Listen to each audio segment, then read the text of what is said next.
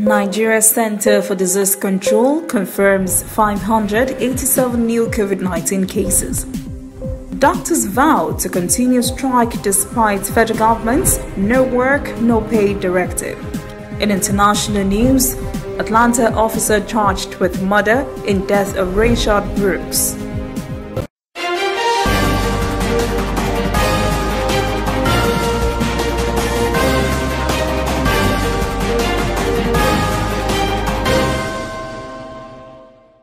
This is in.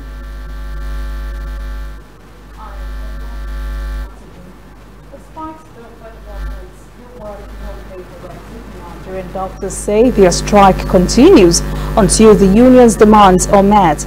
President of the National Resident Doctors Association, Aliyu Sukumba, says the government's threat is empty and, quote, the biggest joke of the century. The federal government had earlier threatened to invoke the No Work, No Pay directive a day after the Association of Certified Doctors undergoing residency to become consultants began an indefinite strike over the failure of the government to meet their demands. The doctors are complaining of unpaid salaries, non-payment of hazard allowance, and a dearth of personal protective equipment in hospitals. An ARD president describes as lies claims by Labour Minister that the federal government has begun payment of hazard allowances in batches to all frontline workers. Not only the doctors, but the joint health sector unions, JOHESU, are also complaining of not receiving the said hazard allowance. The resident doctors had earlier issued a 14-day ultimatum to the government, which expired 18 days ago. They are demanding for provision of PPE, procurement of life insurance, and payment of COVID-19 hazard allowance. Nigeria now has a COVID-19 tally of 17,735 after the Center for Disease Control announced 587 new cases on Wednesday. The agency also said 344 patients were discharged across the country with 14 deaths. 18 states all recorded new cases, with Lagos carrying the brunt with 155 new infections.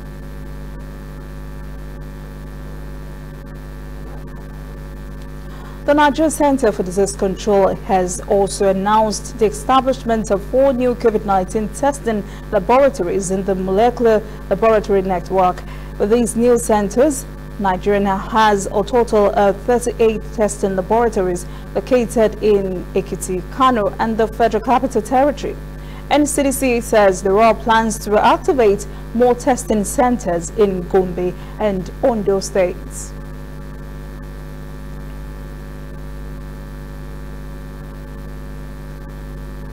Suspended National Chairman of the All Progressives Congress, APC, Adams Oshiomhole, says Deputy National Secretary Victor Gaydom has acted against the party's guidelines by pronouncing himself acting National Chairman. Oshiomhole says the Court of Appeal did not suspend the National Working Committee from functioning, and the constitution of the party states clearly who acts as the chairman in his absence. The embattled former national chairman says Gaydom needs to step aside to allow the constitution of the party to take full effect. Oshiomhole says it is common sense that if the chairman is absent, the deputy takes over. In the absence of the deputy, the vice chairman takes charge, so there is no provision for the deputy secretary. Oshiomhole says he accepts in good faith the judgment suspending him from office and will be meeting his lawyers on the next line of action. The Independent National Electoral Commission, INEC, says it is not ready to extend beyond June the 27th the deadline for the conduct of primaries and submission of party nominations for a Edo governorship election. INEC Chairman Mahmood Yakubu stated this at the Commission's second virtual consultative meeting of the Interagency Consultative Committee on Election Security in Abuja. Yakubu asked political parties fielding candidates to conclude their primaries for the nomination of candidates in the next 10 days.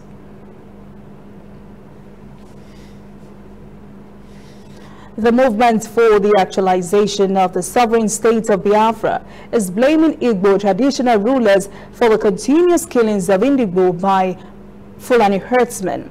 Masab Director of Information, Sunday Okeriafo, accused the traditional rulers of keeping silent while herdsmen continue to kill the people of the southeast.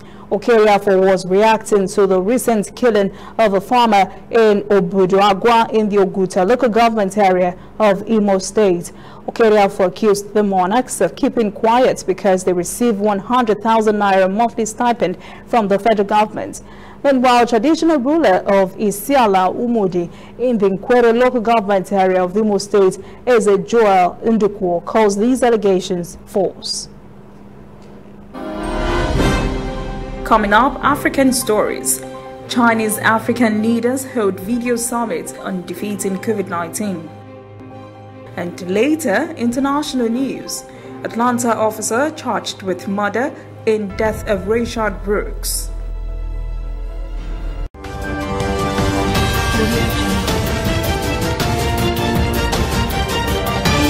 You are watching ANN. Somewhere in the world, every second of the day, news is happening. And of course, Nigeria is bustling with news day and night. That is why ANN doesn't sleep. Our eyes are peeled, wide open, so no story escapes our radar. We stay abreast of world events and happenings at home. We keep you up to the minute in the world of sports. We give you information to stay on top of your investments and all the hard facts you'll need to navigate your day. If you miss us on air, you can keep up to date on our website and on our social media platforms, Twitter, Instagram, and Facebook at ANN Africa TV. We are ANN, Africa News Network. We do news right in a truly African spirit.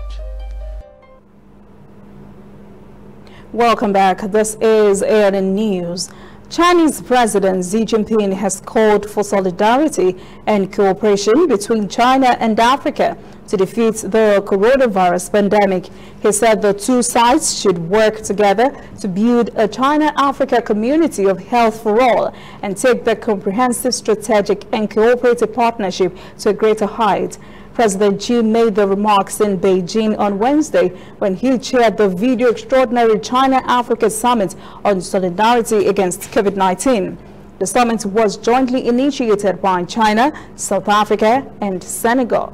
President Xi called on Africa and China to mobilize necessary resources, stick together in collaboration to protect people's lives and health and minimize the fallout of COVID-19. The Chinese leader also stated his country's readiness to start the construction of the Africa CDC headquarters this year in Addis Ababa ahead of schedule and to speed up the construction of China-Africa friendship hospitals and the cooperation between paired-up Chinese and African hospitals. Xi also pledged that once the development of COVID-19 vaccine is completed in China, African countries will be among the first to benefit. Several African leaders also expressed their solidarity and promised to work together with China to ensure an effective and successful fight against the coronavirus pandemic.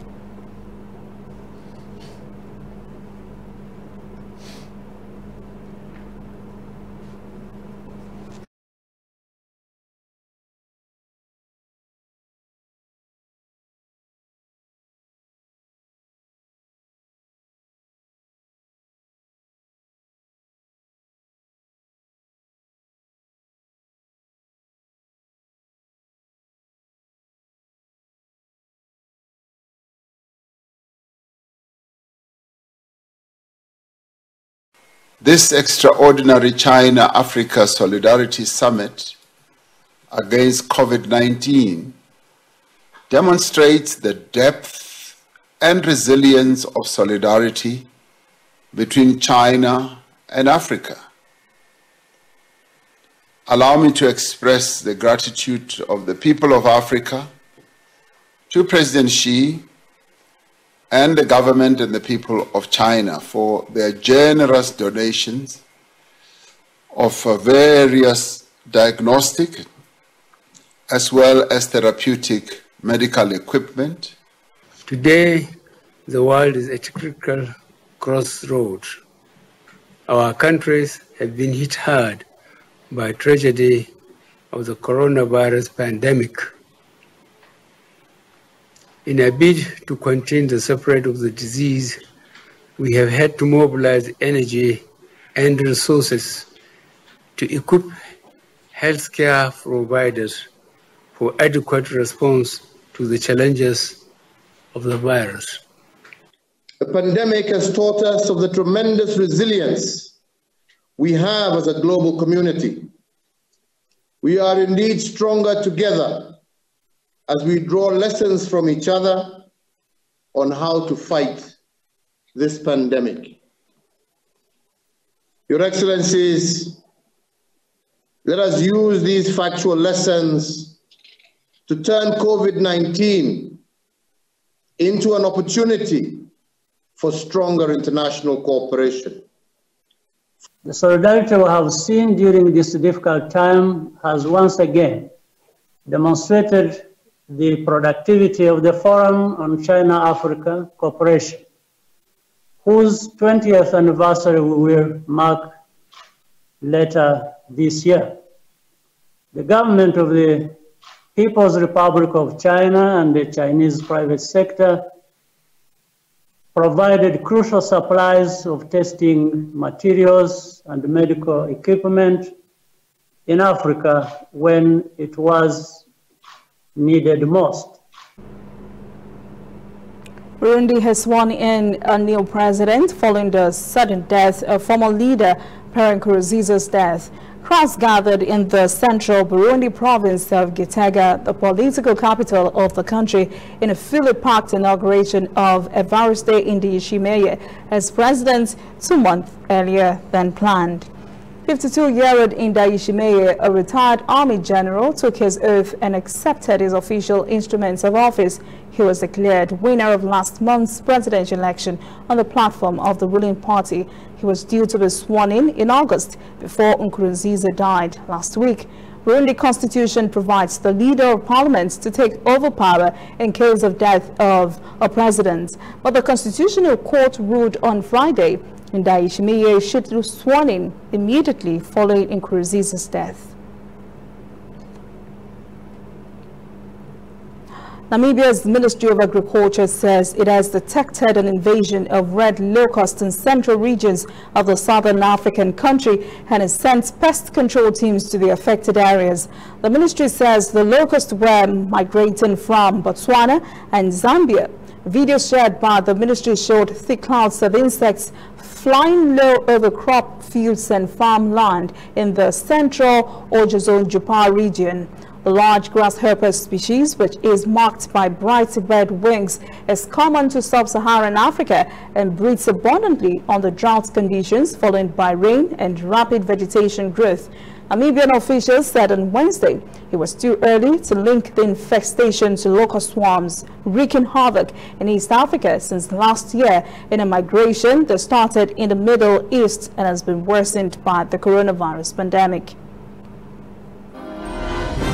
When we return, international news.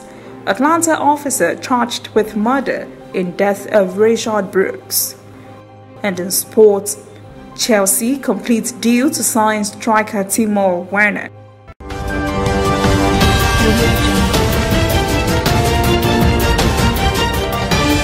You are watching ANN.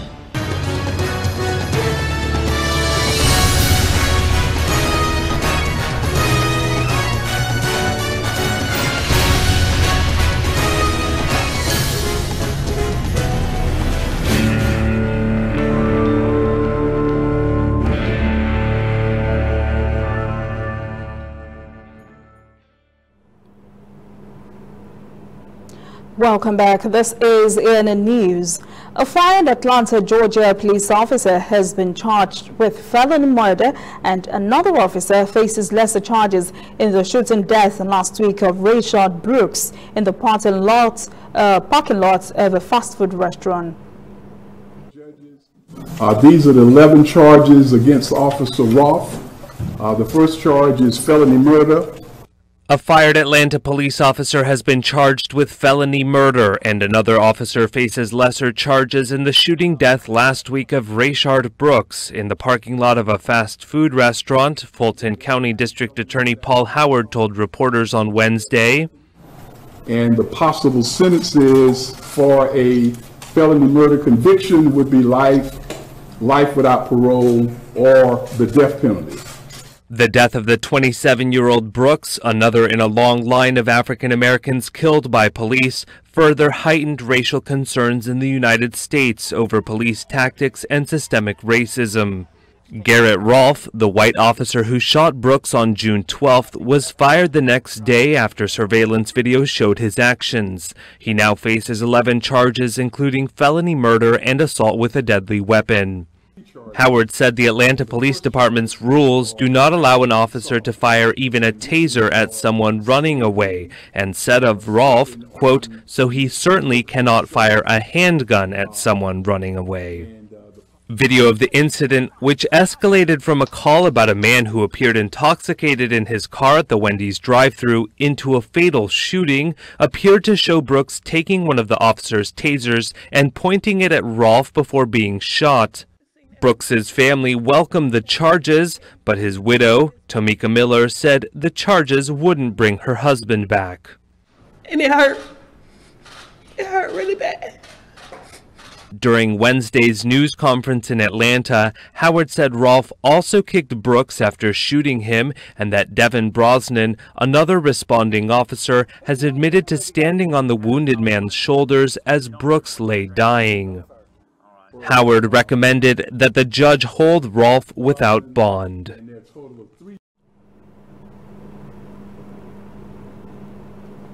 Delegates to the 43rd session of the United Nations Human Rights Council on Systemic Racism in Geneva have called for an independent investigation into the police killing of African-American George Floyd in Minneapolis.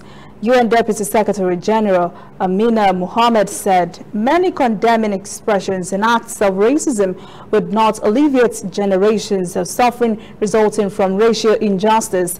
The debate went on as hundreds of thousands of protesters took to the streets around the world to march for racial justice. Floyd's death was also condemned by the UN High Commissioner for Human Rights, Michelle Bachelet. She said the killing symbolizes the systemic racism that harms millions of people of African descent.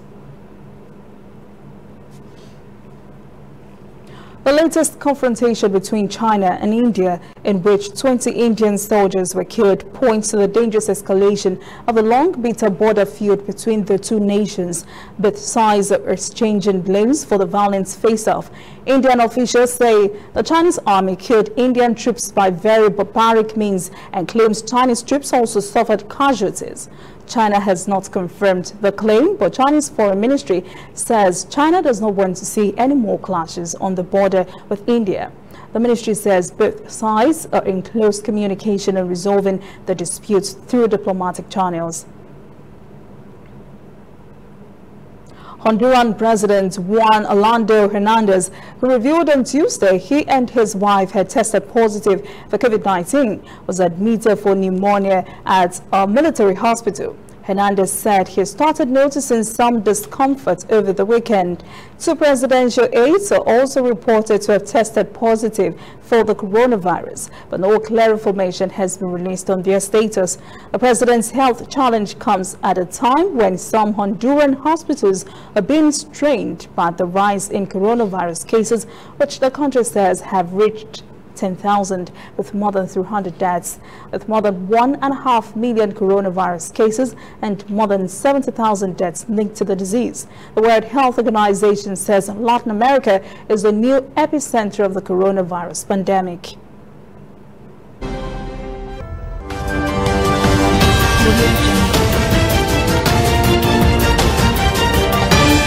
You are watching ANN.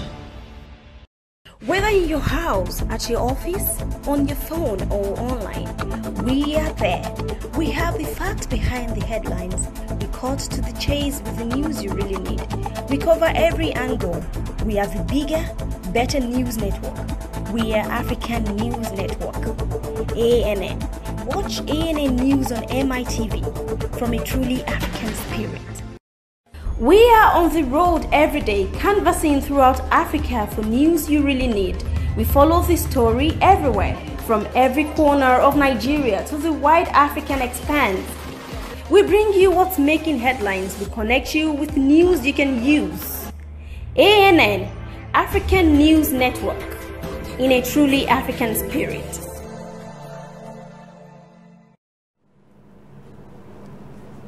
Welcome back. This is ANN News. In sport, Chelsea have agreed to sign 24-year-old striker to have one of Europe's most coveted players. The finals of the Champions League and Europa League will be staged as 8-team single-match knockout tournaments in Portugal and Germany. The Executive Committee of the European Federal took this decision during a video conference. No decision has yet been taken on whether France would be admitted.